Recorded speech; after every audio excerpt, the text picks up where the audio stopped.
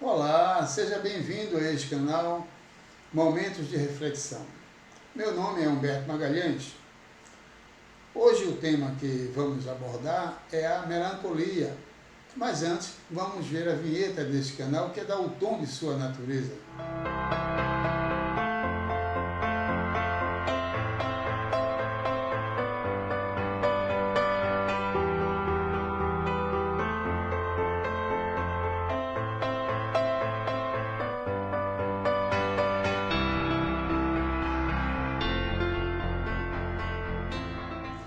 Bem, melancolia, palavra simples, mas que pode trazer consequências danosas para o ser. Ela é levada em conta como sendo um estado afetivo, caracterizado por profunda tristeza e desencanto geral. É também considerada um estado mórbido, que revela doença, caracterizado pelo abatimento mental e físico, o que pode levar a uma das fases da psicose maníaco-depressiva, também conhecida como transtorno bipolar do humor, que combina algumas fases de desenvolvimento, segundo estudos científicos realizados na área da psiquiatria. Para o caso que vamos abordar hoje, vamos considerar apenas o primeiro sintoma, a fase inicial, ou seja, o estado de profunda tristeza e desencanto geral, que também pode desenvolver uma depressão.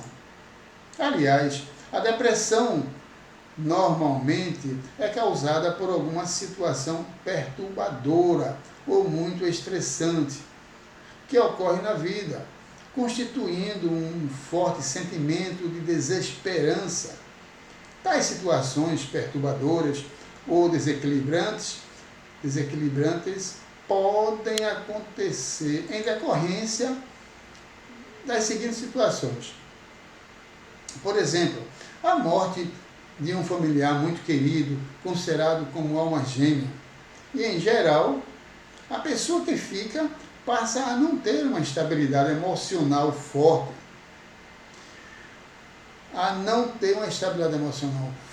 E então sucumbe na depressão.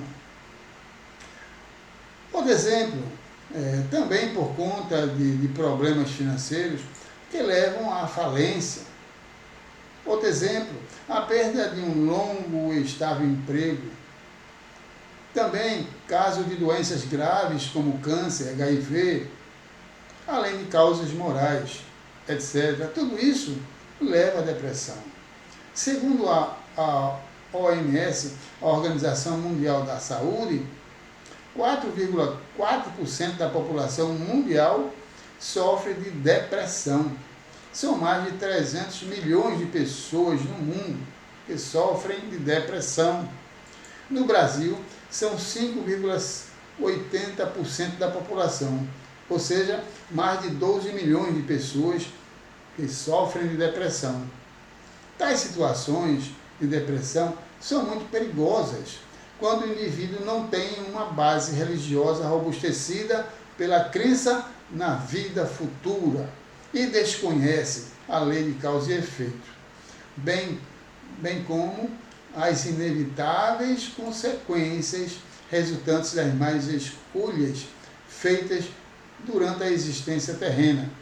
Então, corre o sério risco de descambar para o suicídio. A literatura espírita nos ensina e informa sobre as consequências danosas neste caso, no caso de suicídios. O livro O Céu e o Inferno traz relatos impressionantes de casos de espíritos que quando encarnados, decidiram pelo suicídio. Aqueles que não acreditam na vida futura e pensam que com a morte tudo se acaba, tirando a própria vida com o suicídio, pensando que irá se livrar de todos os seus males ou problemas, deparam-se no mundo espiritual com outra realidade. Realidade essa de sofrimentos, angústias ainda maiores daquelas que sofreram quando aqui vivenciaram, quando aqui estiveram. Ou seja, os problemas se avolumam. E para aqueles que acreditam na existência de Deus e conhecem os seus mandamentos, esses experimentam sofrimentos maiores ainda. Porque a quem muito foi dado, muito será pedido. E neste caso, os espíritas são os que mais se enquadram neste quesito, porque têm muito mais conhecimento desses fatos do que os demais cristãos, né? Para os quais a doutrina espírita é muito esclarecedora sobre essa questão. Ao contrário dos ateus, em que a sua própria razão desconhece tais fatos ou os ignoram por uma crença irracional. Sofrem sim, mas sem carregar uma culpa, como no caso dos espíritas, que conhecem. Deus, em seus mandamentos, disse: não matarás. E tirar a vida de si próprio é um crime de morte potencializado. Estudos mostram que são cerca de 300 mil pessoas que sucumbem ao suicídio a cada ano no mundo. No Brasil, são mais de 12 mil pessoas que se suicidam a cada ano. A Federação Espírita Brasileira e a AME, que é a AME Brasil, a Associação Médico Espírita, estão trabalhando numa ação denominada Prefiro Viver, que capacita os trabalhadores espíritas para atender a essa demanda de pessoas que derivam seus pensamentos para a questão do suicídio. O trabalho consiste na execução de uma tarefa de prevenção e pós-venção ao suicídio. Segundo a OMS, a faixa etária de maior incidência do suicídio está entre as pessoas mais jovens, de 15 a 29 anos. Pensar no suicídio reflete uma situação de que a pessoa entrou num estado de melancolia, que afasta a pessoa daquilo que é real. Ela passa a ter um sentimento de inadequação da realidade, o que representa não assumir o fato consignado, o fato declarado, posto, registrado, etc. Não devemos esquecer que todos nós temos um projeto reencarnatório para executar. Deus nos criou a todos, sem exceção, simples e ignorantes, porém com uma missão, a de progredir com mérito próprio até chegar à perfeição, como nos alertou Jesus, quando disse: sede perfeitos, como perfeito é o vosso Pai que está nos céus. E Jesus, quando nos disse isso, não foi a título de sugestão ou como uma espécie de conselho para conseguirmos obter melhor condição de vida. Não. Ele, na verdade, nos chamou a atenção para a obrigatoriedade de termos que cumprir com a responsabilidade de atender à vontade de Deus. Portanto, nessa longa caminhada até a perfeição, vivenciamos e continuaremos a vivenciar muitas provas para nos burilarmos e crescermos espiritualmente. Aqui na Terra, nesta escola da vida, é onde teremos que prestar nossos exames de competência para incorporar ao ser espiritual que somos as virtudes que nos aproximarão de Deus. O que vivenciamos na Terra são situações pelas quais precisamos passar. São provas que devemos vencer com galardão para avançarmos na escala evolutiva do espírito. Precisamos entender que nada acontece por acaso diante da infinita justiça divina. Como Deus é infinitamente justo, a causa da situação perturbadora que viemos a sofrer, ou que estamos sofrendo, há de ser justa.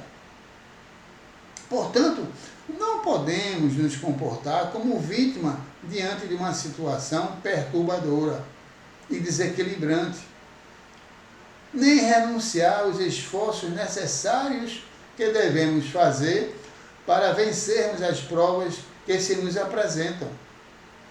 E na maioria das vezes é isto que acontece quando se trata de uma doença grave, que pode ter origem como pagamento de dívidas contraídas no passado e não quitadas pela lei do amor, ou consignada como prova, por exemplo, também pode ser uma prova. Aí, inicialmente, surge o lado da autorreflexão. O homem passa a se questionar, falando de si para si e também para Deus, dizendo: por que isto está acontecendo comigo? O que fiz para merecer passar por tal situação? E se nas respostas buscadas para esclarecimento desses seus questionamentos, se ele não tiver a lucidez e a humildade para reconhecer na lei de causa e efeito as consequências danosas que está experimentando em decorrência de suas más escolhas que fez no passado, fruto de desvios de condutas perante as leis de Deus, dificilmente irá entender e dialogar com o presente, na figura de seu eu consciente, sobre essas consequências inevitáveis, para buscar o caminho da regeneração que se apresenta. Situação essa que poderia ter sido abrandada se tivesse buscado o resgate das dívidas contraídas pela lei do amor e, portanto, com endurecimento do coração, tais sofrimentos chegaram pela via da dor. Bem, se temos algumas das escolhas erradas feitas pelo homem, como, por exemplo, no campo das questões morais, principalmente no âmbito de uma sociedade de tolerância zero nesses assuntos, que provoca a degradação da personalidade do homem.